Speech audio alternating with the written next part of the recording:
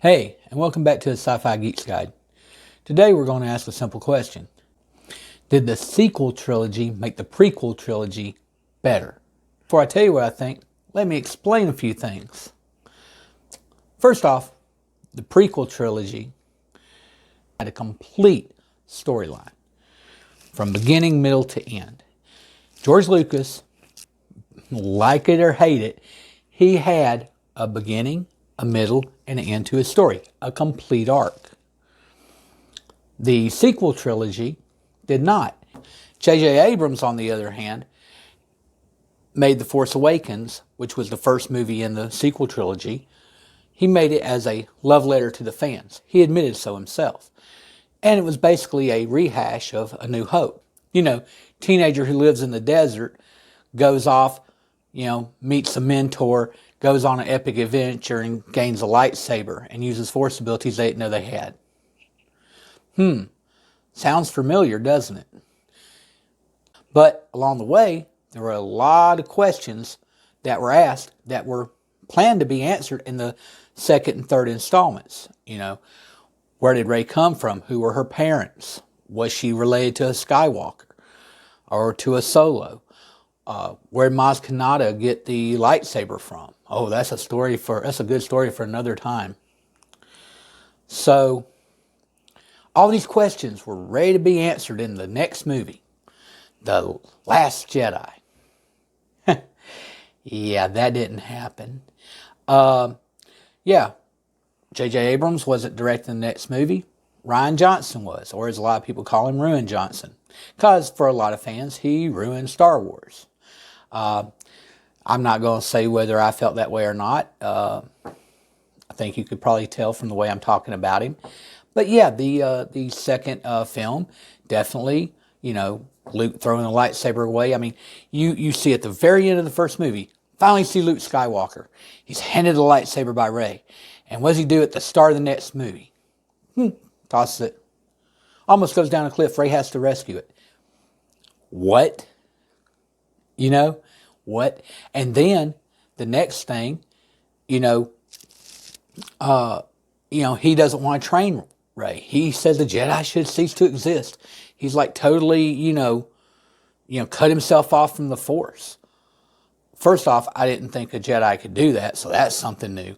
But like I said, Rian Johnson changed so much of the story of what a Jedi is, of what they can do, their abilities, that it irked a lot of fans. It really did.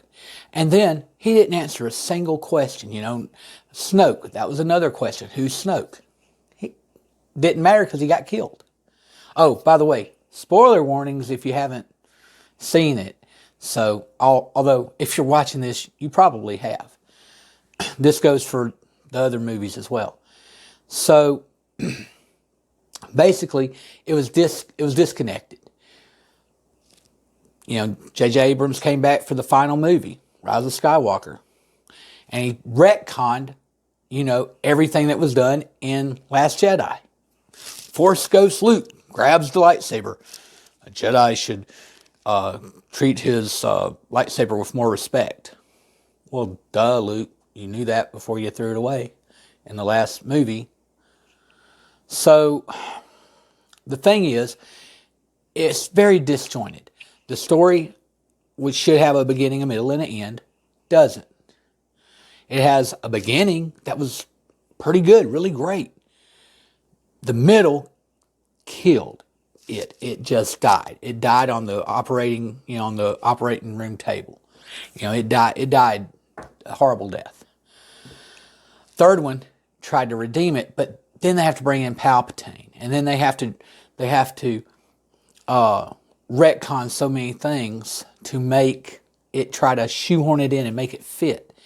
It didn't work. I mean, don't get me wrong. I love the sequels for what they are, and as a Star Wars fan since, I was the age of 4, I'm happy to see any Star Wars. But at the same time, was it really as good as the prequel trilogy? No, it wasn't. It was not as good. Now, does that make it better by default? Maybe. Think about it. George Lucas, like it or not, and a lot of people hated Jar Jar, and he was smart. He did the first movie, and it was totally his vision, and he had a thing he was going, a story he was telling in the first, second, and third acts. It was the start of Darth Vader. His rise as Anakin Skywalker, his fall as Darth Vader, and he did that. Now there was a lot of political intrigue in it that a lot of fans didn't like. There was a lot of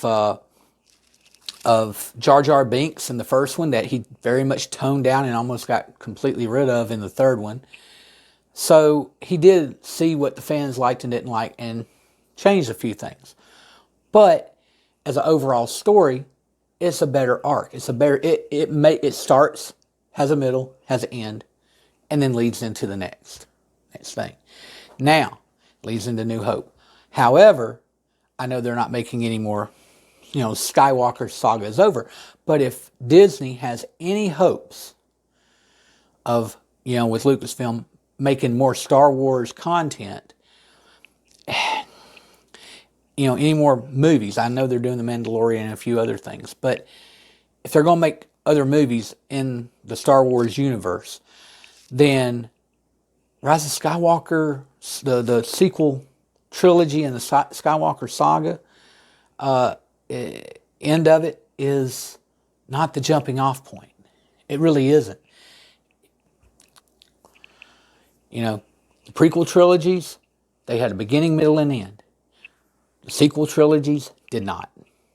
Now, a lot of people will say, well, the sequel trilogies, outperformed at the box office than the prequels. Well, yeah, that's true.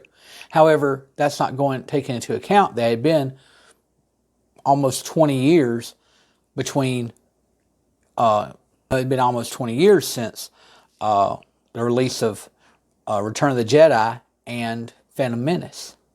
That was 20 years of fans waiting, wanting to see a movie, see Star Wars on the big screen again. So there was fan expectation that was really high. Not so much for The Force Awakens. It had only been 10 years between Revenge of the Sith and that movie opening. Not as long. Number two, the box office. Yeah, Phantom Menace at the time it opened was the highest grossing movie of all time. However, it only got, $1 billion, a little over $1 billion. And yeah, Force Awakens did double that.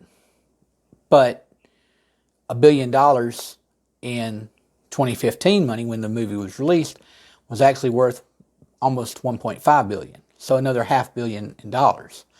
And there was a whole billion other people on the planet between 1999 and 2015.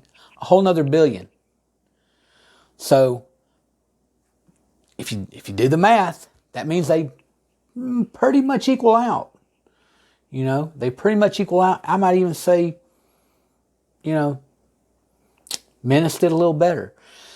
So, and another thing of note, Menace, it did great. The second movie didn't do as well. The second movie didn't do as well. Attack of the Clones made about half the money. Okay? But after he fixed some things, like I said, took a lot of the Jar Jar out and took some of the politics out, some of it, and added a little more action, all of a sudden, the next movie was $20 million more than the previous one. Revenge of the Sith made about $20 million more. First movie did great because of fan expectation.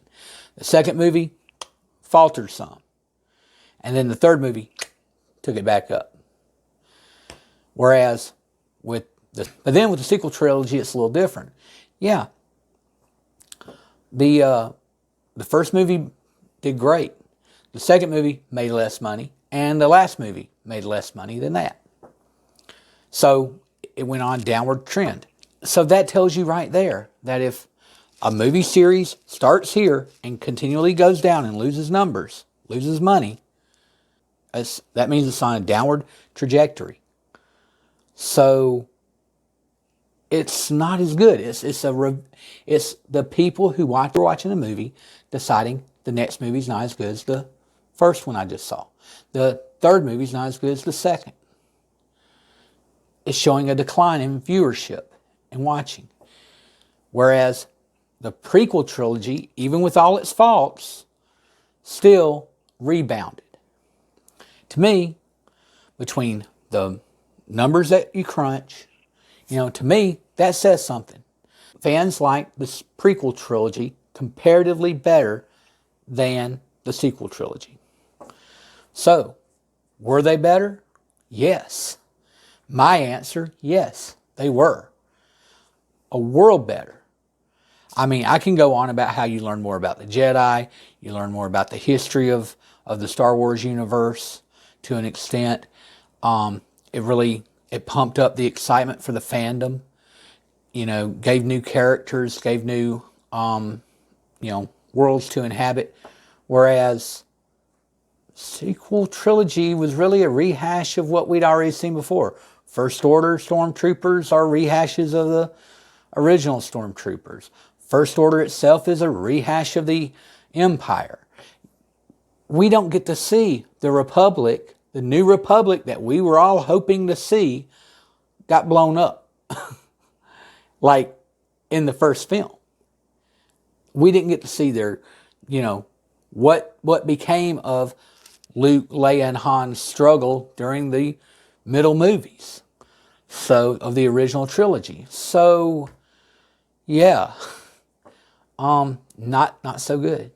I think if JJ had really been at the helm of all three films and he had a more cohesive story all through, it could have been something great. Instead of trying to do fan service, letting somebody else take over and totally drop the ball, and then try to, now I've got to scramble to make it good again, So, all in all, those are my thoughts. The prequel trilogy, definitely better than the sequel trilogy. And actually, the sequel trilogy made the prequel trilogy better, which is the question today. Did the sequel trilogy make the prequel trilogy better? Yes, it did. And those are the reasons why. Because in retrospect, you can see all the great things that you wish had been in the new movie. And you think, yeah, I missed this stuff. Why couldn't these movies have been like those? So that's my little rant. That's my little that's my opinion on it. But it's not all about me. What's your opinion? So let me know what you think. Put your comments down below. Don't forget to like, share, and hit that subscribe button. And I'll see you later. Thanks for watching.